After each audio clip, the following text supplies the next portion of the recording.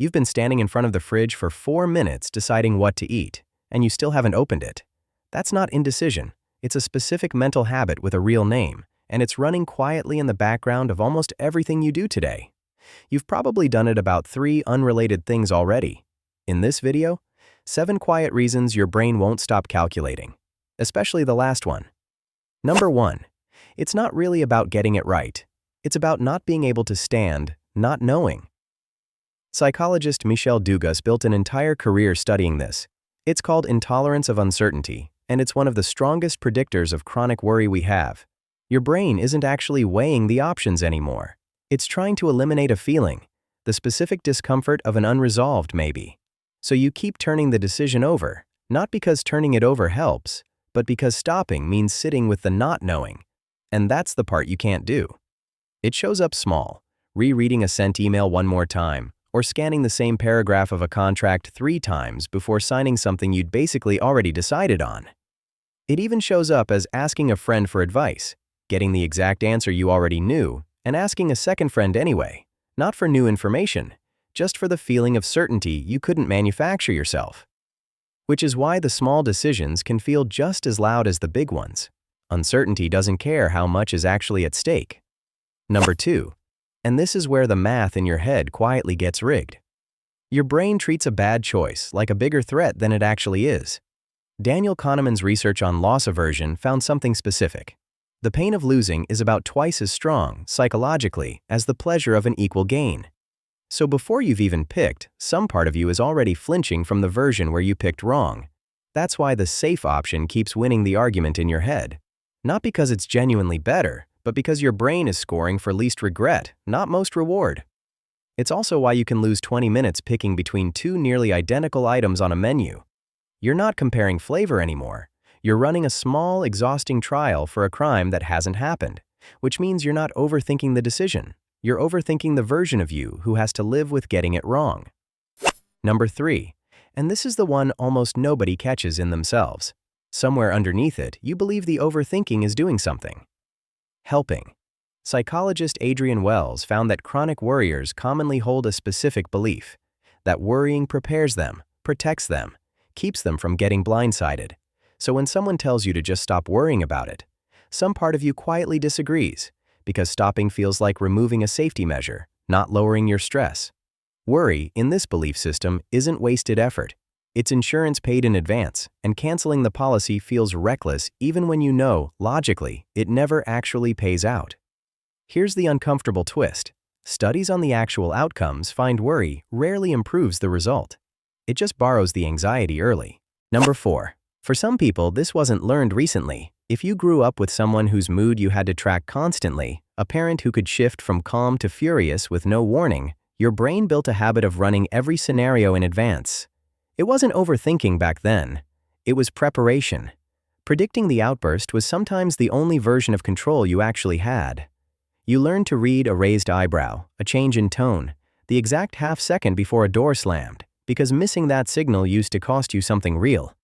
Years later, the outburst is gone, but the scanning never got the memo. Ordering coffee, sending a text, picking a restaurant, the same machinery fires, just aimed at smaller stakes now. Your friends might genuinely not understand why you need to think it through this many times. They never had to build this particular circuit. Number 5. Watch what happens after one ambiguous reaction from someone who matters to you. Your manager reads your message and replies with one word, okay, no emoji, no context. A person without this pattern reads that as nothing. You read it as a message that needs decoding, a tone, a subtext, a warning you might be about to miss. You even start rehearsing what you'll say if it turns out to be bad news, building a whole defense for a problem that, so far, exists only in your head. So you draft 3 different follow-up replies, delete all of them, and reread the original okay 4 more times, searching for information that was never actually there. Meanwhile, your manager has already moved on to the next email, genuinely thinking nothing of it while you're still sitting with a knot in your stomach over a message they forgot they sent. By the time you've settled on something, 20 minutes are gone, over a word that meant exactly what it said. Number 6. And here's why it doesn't stop once the decision is technically made. Nothing closes the loop. There's no moment where your brain gets confirmation the choice was right. Neuroscientists have a name for the network quietly running underneath all of this: the default mode network. It switches on specifically when you're not focused on an outside task, and spends that time simulating instead of resting. Picture an engine idling in neutral, revving, burning fuel, going nowhere, which is exactly why a day spent just thinking can leave you as drained as a day spent doing. Even a decision that turned out fine doesn't fully close, because fine so far isn't the same as confirmed correct to a brain built to catch every possible failure mode. You're not stuck on the past here. You're stuck refreshing a future that hasn't happened yet. Number 7, and this reframes everything before it. It looks like your brain can't stop calculating because something in it is malfunctioning. It's actually the opposite. It's an early warning system built to catch a costly mistake before it happens. And it never got the memo that the stakes today are smaller than the stakes that built it. Every option you replay, every message you reread, every what if you run twice. That's not weakness. That's a system doing exactly the job it was trained to do, still on duty long after the original threat is gone. Which also means the goal was never to shut it off completely. A threat detector at 0 would leave you undefended for the one time it actually matters. The goal is turning the sensitivity back down to match the world you're living in now, not the one that built it. So if you've spent an hour today deciding something that takes 30 seconds to actually do, that doesn't mean your mind is broken or that you're bad at making decisions. It means a very old part of your brain is still trying to protect you from a mistake, using the only tool it has: running the scenario one more time. The fastest way to actually quiet it down isn't more thinking.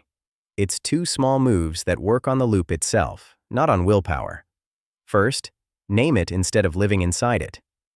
Therapists call this cognitive diffusion. Instead of, "I'm going to mess this up," you say, "I'm having the thought that I'm going to mess this up." 4 extra words, and you're suddenly standing on the shore watching the current, not caught in it. Second, when naming it isn't enough, give your body a louder signal than your thoughts. 5 things you can see, 4 you can touch, 3 you can hear. Your brain can't run a threat simulation and process that at the same time, so the loop actually has to pause. Most decisions worth overthinking were never actually going to get safer with more thinking. They were just waiting for your body to get the message that it's safe to stop. If this explained the 30 minutes you spent on something small this week, send it to the person who does the same thing. And if it described you, the overthinking was never proof that you're indecisive. It was proof that some part of you takes getting it right seriously. That kind of care, aimed at something smaller and more forgiving than it was built for, is still care. It just needs a shorter leash than the one it's currently running on. That's worth respecting, not another 20 minutes of it tonight. Subscribe to Psychology Untangled for more psychology, explained simply.